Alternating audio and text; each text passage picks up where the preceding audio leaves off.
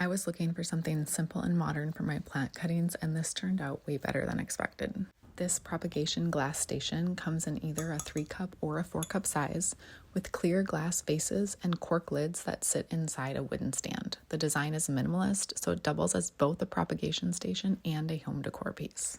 What I like most is the size. The cups are bigger than the test tube style station, so even my pink princess philodendron cutting fits perfectly. You can easily see your root growth and keep an eye on the water level. The cork stoppers help keep water from evaporating too quickly. I also appreciate that you don't have to use the corks at all. My plant on the left sits better in it without, and it worked just as well. Mine did discolor after a while, as you can see, but after a quick wash with soap and water, it brought it right back to looking new. This one here, I have already washed. It's also really versatile. I could see using it for mini bouquets or even as a decorative centerpiece. It's easy to clean, doesn't need any assembly, and works for a variety of plants. I honestly think this would make a great gift for any plant lover. It's functional, but it also looks like a piece of decor you'd want to display.